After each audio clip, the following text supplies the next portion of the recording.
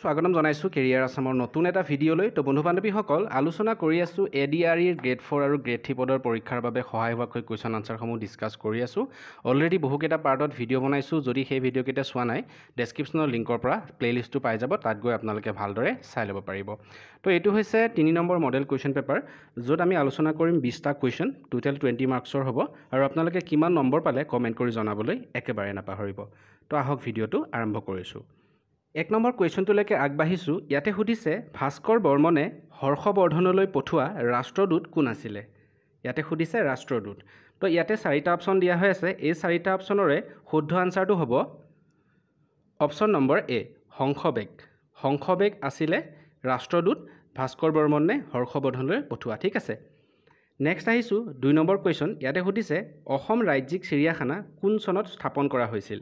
অসম ৰাজ্যিক চিৰিয়াখানা কোন চনত স্থাপন কৰা হৈছিল সুধিছে। ইয়াতেও 4টা অপশ্যন দিয়া হৈ আছে। এই 4টা অপশ্যনৰে শুদ্ধ আনচাৰটো হ'ব option number B is the right answer. 1957ত অসম ৰাজ্যিক চিৰিয়াখানা স্থাপন কৰা হৈছিল। ঠিক আছে। নেক্সট আহিছোঁ 3 নম্বৰ কুৱেশ্যন। ইয়াতে সুধিছে, জিকিৰ আৰু জাৰী। জিকিৰ আৰু জাৰী কোনে ৰচনা কৰিছিল? তো ইয়াত অপশ্যন দিয়া হৈ আছে শ্বাহ আলম, শ্বাহ নিজাম, শ্বাহ মিলন আৰু শ্বাহ মিৰ্জা। তো এই 4টা অপশ্যনৰে শুদ্ধ আনচাৰটো হ'ব option number C is the right answer, Shah Milan. Shah মিলনে জিকিৰ আৰু জাৰী ৰচনা কৰিছিল।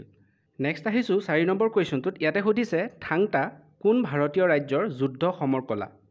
ইয়াত সুধিছে থাংটা কোন ৰাজ্যৰ যুদ্ধ সমৰ কলা সুধিছে। তো অপশ্যন 4টা দিয়া হৈ আছে। এই 4টা অপশ্যনৰে শুদ্ধ আনচাৰটো হ'ব option number D is the right answer, Manipur. Thangta হৈছে মণিপুৰৰ যুদ্ধ সমৰ কলা। ঠিক আছে, মনত ৰাখিব। নেক্সট আহিছোঁ 5 নম্বৰ কুৱেশ্যন। ইয়াতে সুধিছে, এছিয়াৰ পোহৰ বুলি কাক কোৱা হয়? এছিয়াৰ পোহৰ। অপশ্যন দিয়া হৈছে গৌতম বুদ্ধ, চাণক্য, কৌটিল্য আৰু কালিদাস। তো এই 4টা অপশ্যনৰে শুদ্ধ আনচাৰটো হ'ব option number A is the right answer, Gautam Buddha. এছিয়াৰ পোহৰ বুলি আমি গৌতম বুদ্ধক জানো। ঠিক আছে, বা কোৱা হয়। নেক্সট আহিছোঁ 6 নম্বৰ কুৱেশ্যন। ইয়াতে সুধিছে, GSMৰ সম্পূৰ্ণ ৰূপ কি? GSM সম্পূৰ্ণ ৰূপটো সুধিছে বা ফুল ফৰ্মটো সুধিছে। তো ইয়াৰ ফুল ফৰ্মটো হ'ব option number A is the right answer, global system for mobile communication. ঠিক আছে, GSM মোবাইলৰ লগত জড়িত, মনত ৰাখিব। নেক্সট আহিছোঁ 7 নম্বৰ কুৱেশ্যন। ইয়াত সুধিছে, নামঘোষাত কিমানটা ঘোষা আছে? নামঘোষাত কিমানটা ঘোষা আছে সুধিছে। অপশ্যনত দিয়া হৈ আছে 4টা। এই 4টা অপশ্যনৰে শুদ্ধ আনচাৰটো হ'ব option number B is the right answer, 1000টা। ঠিক আছে, নামঘোষাত 1000টা ঘোষা আছে। আৰু নামঘোষাত হাজাৰী ঘোষা বুলিও কোৱা হয়। ঠিক আছে, হাজাৰী ঘোষা, মনত ৰাখিব। অ'কে, নেক্সট আহিছোঁ 8 নম্বৰ কুৱেশ্যন। ইয়াতে সুধিছে, মণিপুৰৰ ৰাজকুমাৰী কুৰংগনয়নী কোন আহোম ৰজাৰ লগত বিবাহপাশত আবদ্ধ হৈছিল বা বিবাহপাশত বহিছিলে? তো ইয়াতে শুদ্ধ আনচাৰটো হ'ব option number C is the right answer, Rajeshwar সিংহৰ লগত। ঠিক আছে, মণিপুৰৰ ৰাজকুমাৰী কুৰংগনয়নী ৰাজেশ্বৰ সিংহৰ লগত বিবাহপাশত বহিছিলে, মনত ৰাখিব। অ'কে, আগবাঢ়িছোঁ 9 নম্বৰ কুৱেশ্যনটো। ইয়াতে সুধিছে, কোনজন মোগল সম্ৰাটে নিজৰ আত্মজীৱনী লিখিছিলে? তাত অপশ্যন দিয়া হৈছে বাবৰ, আকবৰ, শ্বাহজাহান আৰু ঔৰংজেব। তো এই 4টা অপশ্যনৰে শুদ্ধ আনচাৰটো হ'ব option number A is the right answer, বাবৰ। বাবৰে নিজৰ আত্মজীৱনী লিখিছিল। ঠিক আছে, আৰু আত্মজীৱনীখনৰ নাম কি সুধিব পাৰে, তেনেহ'লে হ'ব বাবৰনামা। বাবৰনামা হৈছে বাবৰৰ আত্মজীৱনী। আৰু বাবৰনামাৰ আন এটা নাম বা বাবৰনামাক তুজুক-ই-বাবৰী বুলিও কোৱা হয়। ঠিক আছে, তুজুক-ই-বাবৰী, মনত ৰাখিব। অ'কে, নেক্সট যদি সোধে আন এজন মোগল সম্ৰাট কোন আছিলে যিয়ে আত্মজীৱনী লিখিছিলে, তো অপশ্যনত তেওঁৰ নামটোও দিব পাৰে। তেখেতৰ নাম হৈছে জাহাংগীৰ। জাহাংগীৰেও আত্মজীৱনী লিখিছিল। ঠিক আছে, আৰু জাহাংগীৰৰ আত্মজীৱনীখনৰ নাম আছিলে তুজুক-ই-জাহাংগীৰী। তুজুক-ই-জাহাংগীৰী, মনত ৰাখিব। অ'কে, এতিয়া আগবাঢ়িছোঁ 10 নম্বৰ কুৱেশ্যন। ইয়াতে সুধিছে, দিল্লীলৈ অমৃত কলহ যাত্ৰাত কিমান কলহ কঢ়িয়াই নিয়া হৈছিল? যিটো অমৃত কলহ যাত্ৰাৰ কেম্পেইনিং চলিছিলে মাজতে, তো সেই কেম্পেইনিংটোৰ কথাই কৈছে ইয়াতে, কিমানটা কলহ নিয়া হৈছিল সুধিছে। ইয়াতে 4টা অপশ্যন দিয়া হৈ আছে। এই 4টা অপশ্যনৰে শুদ্ধ আনচাৰটো হ'ব option number A is the right answer, 7500টা কলহ দিল্লীলৈ নিয়া হৈছিল। ঠিক আছে, কঢ়িয়াই নিয়া হৈছিলে। আৰু শ্লোগানটো কি আছিল সুধিব পাৰে। শ্লোগানটো আছিলে মেৰী মাটি মেৰা দেশ। মেৰী মাটি মেৰা দেশ। ঠিক আছে, আৰু এই কেম্পেইনটো কোনে ষ্টাৰ্ট কৰিছিল বা লঞ্চ কৰিছিল সুধিব পাৰে, তেনেহ'লে হ'ব অমিত শ্বাহ ডাঙৰীয়াই। অমিত শ্বাহ। ঠিক আছে, মনত ৰাখিব, ইম্পৰ্টেণ্ট কুৱেশ্যন। নেক্সট আহিছোঁ 11 নম্বৰ কুৱেশ্যন। ইয়াতে সুধিছে, 2024 চনত কোনে শিল্পী বঁটা লাভ কৰিছিল? 2024ৰ শিল্পী বঁটা কোনে লাভ কৰিছিল সুধিছে। তো ইয়াতে অপশ্যন দিয়া হৈ আছে 4টা। এই 4টা অপশ্যনৰে শুদ্ধ আনচাৰটো হ'ব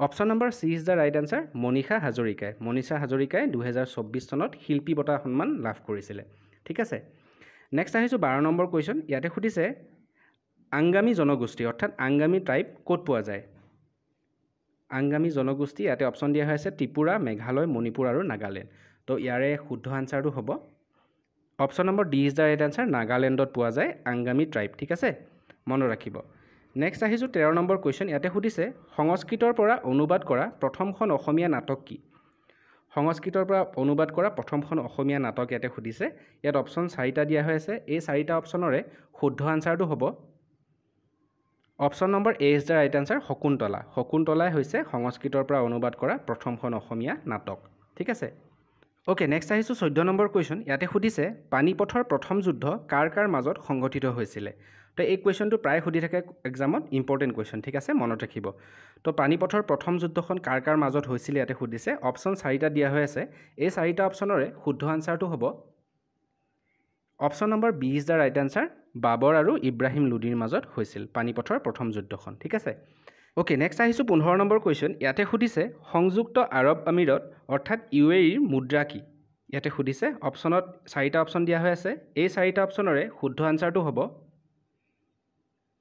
option number C is the right answer দ্ৰিহাম বুলি কোৱা হয় UAEৰ মুদ্ৰাক ঠিক আছে আৰু UAEৰ কেপিটেল কি সুধিব পাৰে UAEৰ কেপিটেল হৈছে আবু ডাবি হৈছে UAEৰ কেপিটেল ঠিক আছে আৰু মুদ্ৰা হৈছে দ্ৰিহাম নেক্সট আহিছোঁ 16 নম্বৰ কুৱেশ্যন ইয়াতে সুধিছে কোনজন আহোম ৰজাক অৰ্জুন কোঁৱৰ নামেৰে জনা যায় অৰ্জুন কোঁৱৰ বুলি কোনজন আহোম ৰজাক কোৱা হয় সুধিছে তো ইয়াৰে শুদ্ধ আনচাৰটো হ'ব 4টা অপশ্যনৰ ভিতৰত option number A is the right answer হুজিংফাক অৰ্জুন কোঁৱৰ নামেৰেও জনা যায় ঠিক আছে ওকে নেক্সট আহিছোঁ 17 নম্বৰ কুৱেশ্যনটো ইয়াতে সুধিছে বিশ্ব ধঁপাত নিষিদ্ধ দিৱস অৰ্থাৎ ৱৰ্ল্ড ন' টবাকো ডে কোন তাৰিখে পালন কৰা হয় ইয়াতে অপশ্যন দিয়া হৈ আছে 4টা এই 4টা অপশ্যনৰে শুদ্ধ আনচাৰটো হ'ব option number C is the right answer 31 মে তাৰিখে বিশ্ব ধঁপাত নিষিদ্ধ দিৱস বা ৱৰ্ল্ড ন' টবাকো ডে পালন কৰা হয় ঠিক আছে নেক্সট আহিছোঁ 18 নম্বৰ কুৱেশ্যন ইয়াতে সুধিছে ভাৰতৰ কোনখন ৰাজ্যক কোহিনুৰ বুলি জনা যায় ভাৰতৰ কোহিনুৰ কোনখন ৰাজ্যক জনা যায় সুধিছে অপশ্যনত দিয়া হৈছে কেৰেলা অসম ৰাজস্থান আৰু অন্ধ্ৰপ্ৰদেশ তো এই কুৱেশ্যনটোৰ শুদ্ধ আনচাৰটো হ'ব option number D is the right answer অন্ধ্ৰপ্ৰদেশক ভাৰতৰ কোহিনুৰ বুলি কোৱা হয় ঠিক আছে নেক্সট আহিছোঁ 19 নম্বৰ কুৱেশ্যন ইয়াতে সুধিছে ভাৰতত উপগ্ৰহ উৎক্ষেপণ কেন্দ্ৰ ক'ত আছে অৰ্থাৎ ছেটেলাইট লঞ্চিং চেণ্টাৰ ক'ত আছে সুধিছে তো ইয়াৰ অপশ্যন 4টাৰ ভিতৰত শুদ্ধ আনচাৰটো হ'ব option number A is the right answer শ্ৰীহৰিকোটাত আছে ছেটেলাইট লঞ্চিং চেণ্টাৰ বা উপগ্ৰহ উৎক্ষেপণ কেন্দ্ৰ ঠিক আছে আৰু শ্ৰীহৰিকোটা ক'ত আছে সুধিব পাৰে তেনেহ'লে হ'ব অন্ধ্ৰপ্ৰদেশত আছে ওকে নেক্সট আহিছোঁ 20 নম্বৰ কুৱেশ্যন অৰ্থাৎ শেষৰটো কুৱেশ্যনলৈকে আগবাঢ়িছোঁ ইয়াতে সুধিছে ৰাম মন্দিৰৰ গোচৰত যিটো ৰাম মন্দিৰৰ কেছ চলিছিলে ন্যায়াধীশ কোন আছিলে সুধিছে তো ইয়াতে অপশ্যন 4টা দিয়া হৈ আছে এই 4টা অপশ্যনৰে শুদ্ধ আনচাৰ কোনটো হ'ব এই 4টা অপশ্যনৰ ভিতৰত শুদ্ধ আনচাৰটো হ'ব option number D Ranjan Goswami আছিলে ৰাম মন্দিৰ গোচৰৰ কেছটোৰ ন্যায়াধীশ ঠিক আছে আৰু ৰঞ্জন গোস্বামী ক'ৰ সন্তান অসমৰ সন্তান ঠিক আছে মনত ৰাখিব এইটো ইম্পৰ্টেণ্ট কুৱেশ্যন ওকে বন্ধু বান্ধৱীসকল এই 20টা কুৱেশ্যন আছিল আজিৰ মডেল কুৱেশ্যন পেপাৰটোত তো আপোনালোকে কিমান নম্বৰ পালে কমেণ্ট কৰি জনাবলৈ একেবাৰে নাপাহৰিব আৰু যদি পুৰণা ভিডিঅ'কেইটা চোৱা নাই ডেছক্ৰিপশ্যনৰ লিংকৰ পৰা চাই ল'ব পাৰিব প্লে'লিষ্টটো দিয়া থাকিব তো পুনৰ এবাৰ লগ পাম এটা নতুন ভিডিঅ'ত আজিলৈ ইমানেই ধন্যবাদ